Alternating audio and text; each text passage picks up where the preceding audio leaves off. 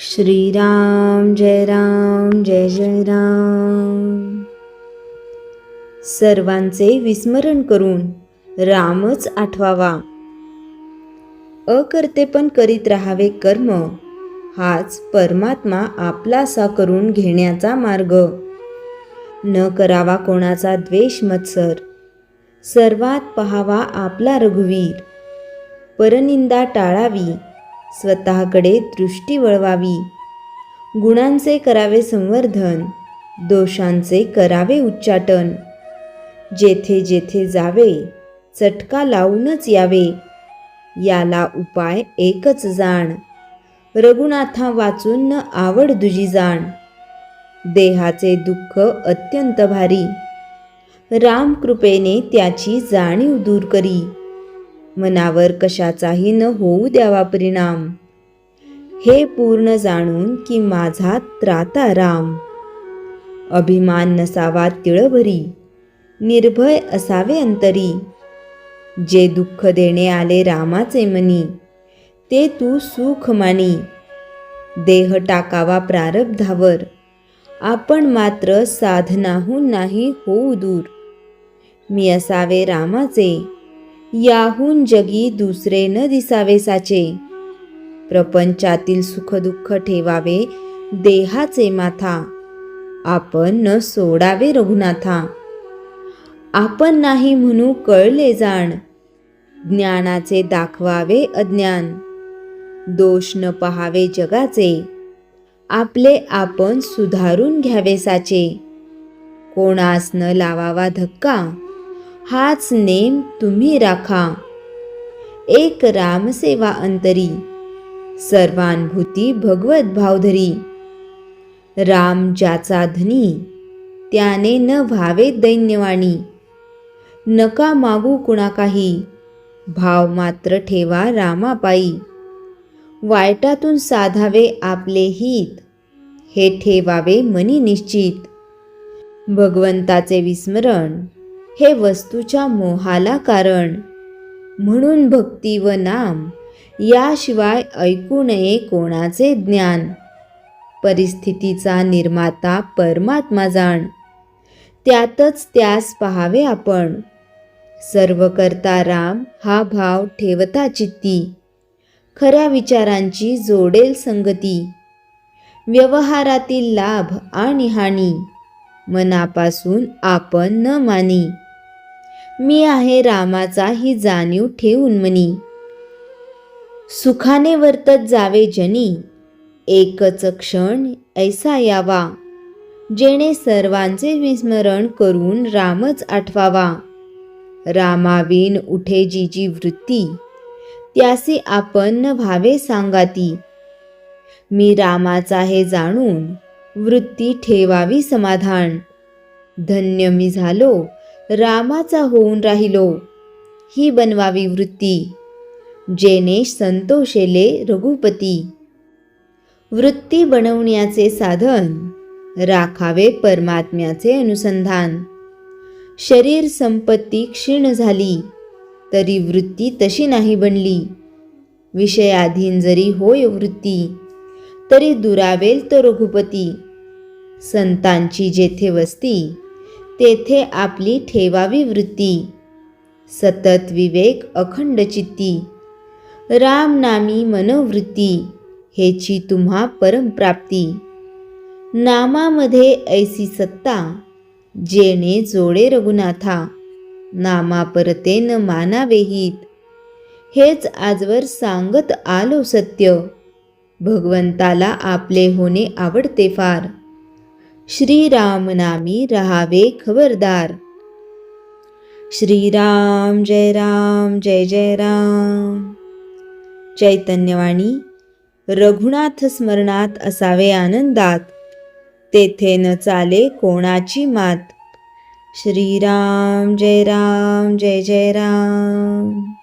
एक गरीब ब्राह्मण रोज विष्णू सहस्त्रनाम वाचायचा आणि त्याच्या घरात चमत्कार घडू लागले. त्रिवेणी घाटाचा दरिद्री ब्राह्मण प्रयागराजच्या त्रिवेणी घाटापासून 2 कोसांवर काशीपूर गाव वसले होते. तेथे राहायचा. शास्त्री केशव मिश्र, वय 35 वर्षे, धोतर फाटलेले, पायात तुटकी चप्पल, पण कपाळावर चंदनाचा त्रिपुंड आणि डोळ्यात विचित्र शांतता. केशवाकडे ना शेत होते ना दुकान. वडिलांनी सोडलेले एक मोडकळीस आलेले घर, 2 गाई आणि एक जुनी ताडपत्राची पोथी. विष्णू सहस्त्रनाम. पती शारदा आणि 2 मुले, 8 वर्षांचा माधव आणि 5 वर्षांची गौरी. घरात धान्याच्या नावावर अनेकदा फक्त मूठभर तांदूळ केशव गावात पूजापाठ करून जे 10-20 रुपये मिळायचे त्यावरच चूल पेटायची. अनेकदा तर फक्त गंगाजल आणि तुळशीच्या पानावरच दिवस निघून जायचा. गावकरी म्हणायचे, पंडितजी इतके शिकलेले आहात, शहरात जा, कथा करा, पैसा कमवा, इथे उपाशी मरत आहात. केशव हसून म्हणायचे, लक्ष्मी चंचल आहे बहीण, पण नारायण अचल आहेत. जो नारायणाला धरतो त्याला लक्ष्मी स्वतः शोधत येते. त्याचा नियम अटळ होता. सकाळी 4 वाजता गंगा स्नान, मग पिंपळाखाली बसून विष्णू सहस्त्रनामाचा पाठ. 1000 नावे, एकही दिवस खंड नाही. 12 वर्षे सतत. पाऊस असो, ताप असो, घरात अन्न नसो, पाठ थांबायचा नाही. पहिला चमत्कार, तुटक्या हंडीत खीर. गोष्ट सुरू झाली माघ महिन्याच्या कडाक्याच्या थंडीत. 3 दिवस घरात एकही दाणाही नव्हता. गौरी तापाने फणफणत होती. शारदाने रडत म्हटले, स्वामी, मुलीला आज औषध नाही, किमान 1 चमचा दूध तरी मिळू दे. केशवकडे उत्तर नव्हते. तो रोजच्या सारखा पिंपळाखाली गेला. शरीर थरथरत होते, पण ओठावर तेच शब्द, विश्व विष्णू वर्षटकारो भूत भव्य भवत प्रभू. पाठ पूर्ण करून घरी परतला तर पाहतो अंगणात त्याच्या 2 गायी उभ्या आहेत. गायी तर 6 महिन्यापासून दूध देत नव्हत्या, सुकून गेल्या होत्या, पण आज त्यांचे कास भरलेले होते. शारदा थक्क झाली. तिने दूध काढले, पूर्ण 5 शेर. चूल पेटवली. घरात ना तांदूळ होता ना साखर. शारदा म्हणाली, देवाचे नाव घेऊन तुटकी हंडीत चढवते. तिने हंडीत फक्त गंगाजल टाकले. 10 मिनिटांनी झाकण उघडले तर हंडीत केशरी खीर भरली होती. सुकामेवा, वेलचीच्या सुगंधाने घर दरवळले. गौरीने 2 चमचे खाल्ले आणि तिचा ताप उतरला. उतरलेल्या खिरीवर संपूर्ण कुटुंब 3 दिवस जेवले, पण हंडी रिकामी झाली नाही. गावात बातमी पसरली, केशव पंडिताच्या घरी अन्नपूर्णा स्वतः खीर करून गेली. दुसरा चमत्कार, सुकलेली विहीर आणि सोन्याच्या मोहरा. जेठ महिना, गावात दुष्काळ. काशीपूरची 100 वर्षे जुनी विहीरही आटली. लोक 5 कोसावरून पाणी आणायचे. केशवाचे घर सगळ्यात खाली होते, पण त्यांच्या अंगणातील छोटीशी विहीरही वाळू ओकत होती. एक दिवस पाठानंतर केशवाने विहिरीत डोकावले आणि विष्णू सहस्त्रनामाचा 89वा श्लोक म्हणाले. तेव्हाच विहिरीच्या आतून गुळगुळ आवाज आला. स्वच्छ गोड थंड पाणी आपोआप वर येऊ लागले. 10 मिनिटात विहीर काठोकाठ भरली. पाणी इतके गोड की जणू गंगाजलात मध विरघळला असावा. गावकरी बादल्या घेऊन धावले. ज्यानेही पाणी प्यायले त्याचा पोटदुखी, ताप, त्वचारोग बरा झाला. त्याच रात्री केशवला स्वप्न पडले. एक चतुर्भुज रूप म्हणाले, केशव, तू मला 1000 नावांनी हाक मारलीस, आता मी तुला 1 नाव देतो, अजातशत्रू. उद्या सकाळी विहिरीचे तोंड उघडून बघ. सकाळी केशवाने झाकण हटवले. खाली मातीत दबलेली एक छोटीशी मडकी होती. उघडली तर 108 सोन्याच्या मोहरा. प्रत्येक मोहरेवर ओम नमो नारायणाय लिहिले होते. केशवाने एकही मोहर ठेवली नाही. सरपंचाला बोलवून म्हणाला, हे गावाचे पाणी आहे, तर हे धनही गावाचे. यातून शाळेचे छत आणि दवाखाना बांधा. तिसरा चमत्कार. श्रद्धाला आले पितर. भाद्रपद महिना. केशवाच्या वडिलांचे श्राद्ध होते. घरात तीळ ठेवायलाही पैसे नव्हते. शारदा चिंतेत होती. ब्राह्मण भोजनाशिवाय पितर कसे तृप्त होतील? केशव म्हणाला, आपल्याकडे विष्णू सहस्त्रनाम आहे, तेच सर्वात मोठे भोजन आहे. त्याने अंगण सारवले, केळीची पाने पसरली, पानांवर फक्त तुळशीचे दल आणि गंगाजल ठेवले. स्वतः बसून पाठ करू लागला. पाठ जेव्हा 900 नावांवर पोहोचला तेव्हा वारा सुटला. अंगणात सुगंध पसरला. केळीच्या पानांवर बघता बघता 56 भोग सजले. मालपुआ, खीर, पुरी, कचोरी, 10 प्रकारच्या भाज्या आणि पानासमोर. तिथे धुसर सावल्या बसल्या होत्या. केशवाने ओळखले, त्याचे वडील, आजोबा, पणजोबा सगळे तृप्त होऊन जेवत होते.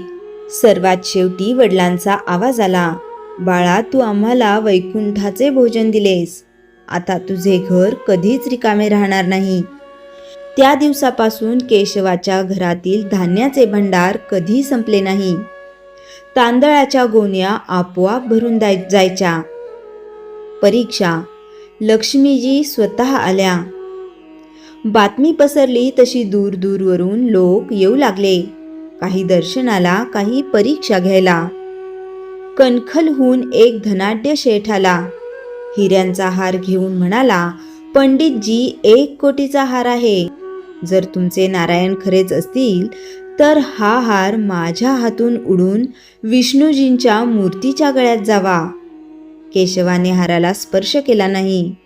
डोळे मिटून पाठ केला. तेव्हाच वाऱ्याची झुळूक आली.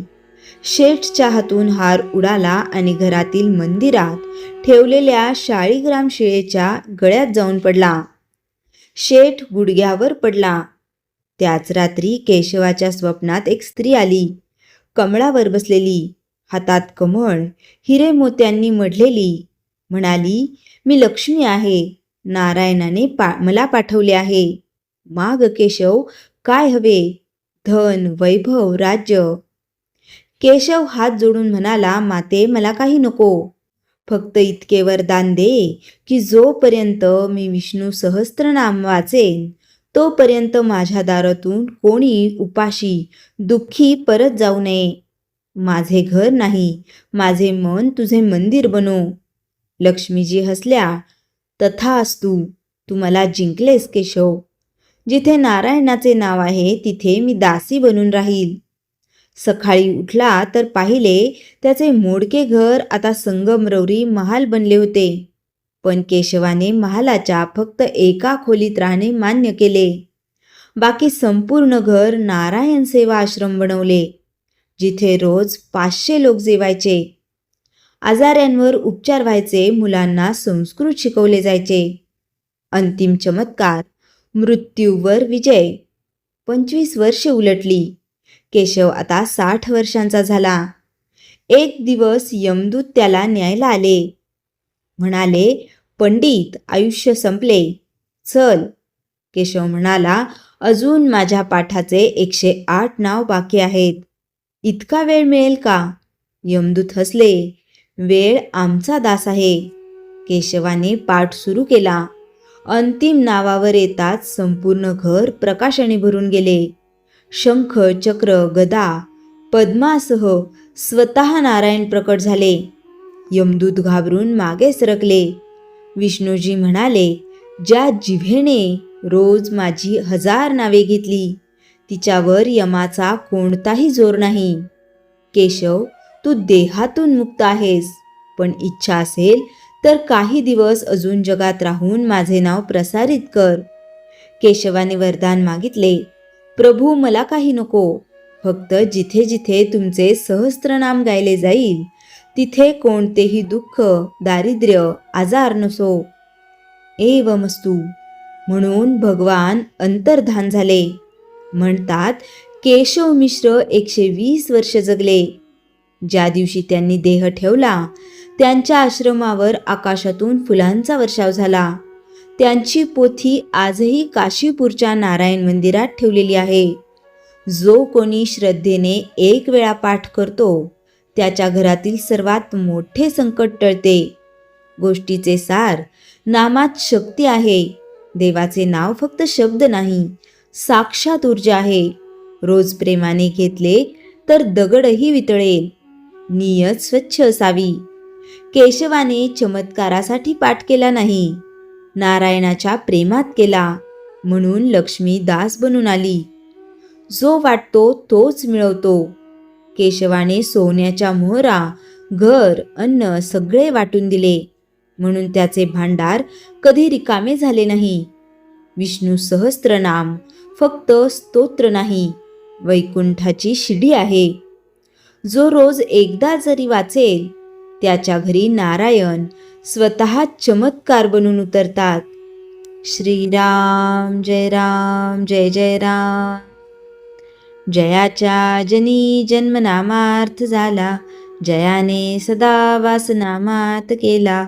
जयाच्या मुखी सर्वदा नाम कीर्ती, नमस्कार तया ब्रह्मचैतन्य मूर्ती. श्रीराम जय राम जय जय राम.